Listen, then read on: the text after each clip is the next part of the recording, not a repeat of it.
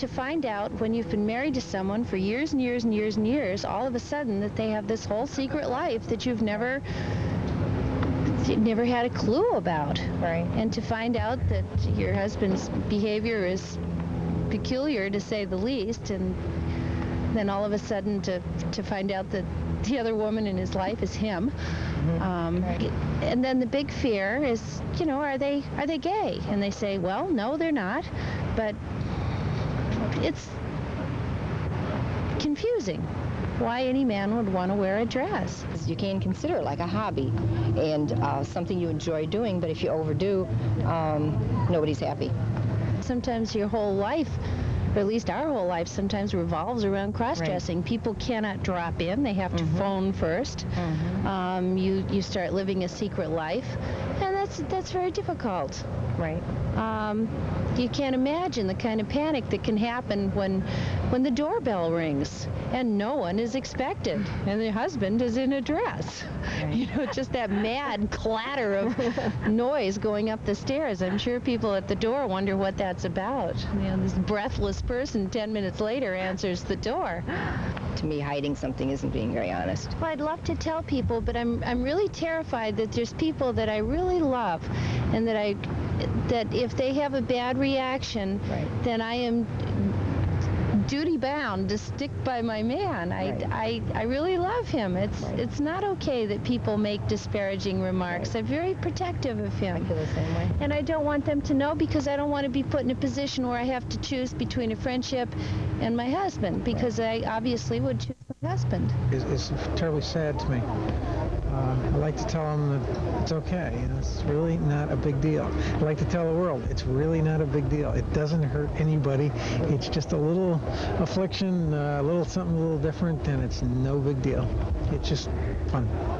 When I grew up, if you looked in the encyclopedia about transvestites, it said that they were perverts. So that's the message I had. I had children, I had family, I had neighbors. None of them could know, yet I needed to be out and I needed to be seen. And so the only thing I could come up with was to kill myself. Catching just by chance the fact that a Donahue show would be on the next day, and the subject was men who wore dresses and makeup.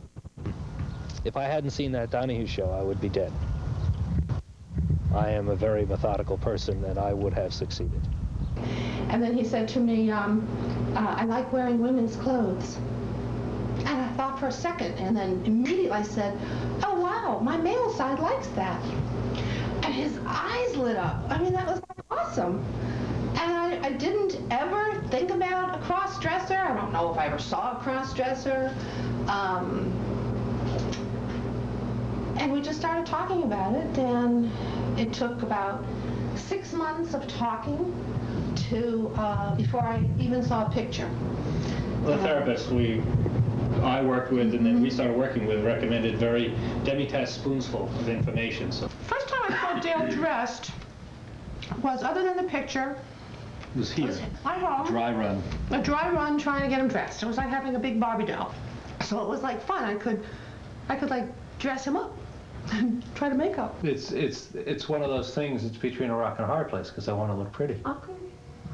So, as Monty says, you have to suffer to be beautiful. You have to open. Look up here, honey. What you back doing, honey? I'm not ready. You can't do that right now. And they're really okay. Going into spasms. Well, close your eye now. That's it. If I were making him up for a part in a role, in a play, whatever the part is, I would want him to look his best.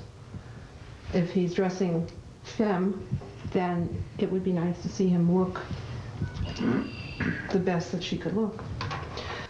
Well, sometimes when Dale is made up, I think, gee, she looks prettier than I do, but I know who it is behind all that stuff. They're nice. It's like having a real friend on both sides. I think if I have a choice, I'd rather see him as Dale versus Daly, because I consider him my dad. My mom actually was the person that told me originally, and she's like, I have something I want to tell you. You know, he's a little bit different. And I was like, what do you mean? You know, does he, you know, all these weird things went through my mind. I even thought of AIDS or something, and I was fearful for that. And once I was assured that none of those things were a possibility, I said, oh, this is it? Okay. Is he gonna steal things out of my drawer? Okay, as long as he doesn't steal things, I have enough problems with my own clothes. And she says, no, he's not gonna fit in your clothes. I said, well, then you have a problem because he's gonna fit in yours. Actually, about 2 months to get Daly back in shape for the next show, because we've been asked to do a fashion show for the Trias Convention in New York in November. This is a more mature crowd. Is this what they call a bad hair day? You're both having bad hair.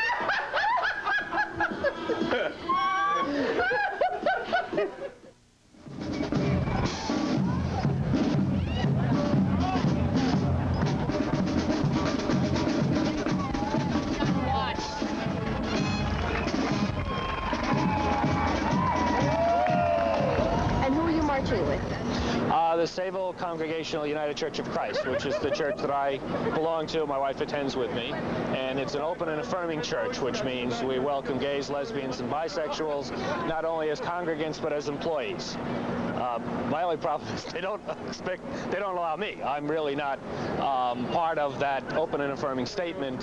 Did you ask the church if it was all right that their banner be shown in this? I think we'd have to have their permission before. I'm the one they were afraid of, not the gays and lesbians. I'm the one they're afraid of. You know, Freud says that when you meet an individual, the first thing that you think you know about them, and you think you know that absolutely, is whether they are male or female. And very frequently these days, you don't know that absolutely, or even contingently. You don't know that at all. And part of how you relate to people, I think, is because you present them, you present yourself to people knowing what gender they are. So if you can't read gender, you can't read yourself in terms of the kinds of signals that you're sending. I think that the public has a great deal of misunderstanding about human sexuality. And what I think often happens is that a person thinks of cross-dressing with effeminacy with being gay. And so they tend to put them together. And the fact is that most transvestites are heterosexual. It's interesting, the number of politicians, for example, who wear female clothing underneath their suits when they're appearing before Congress.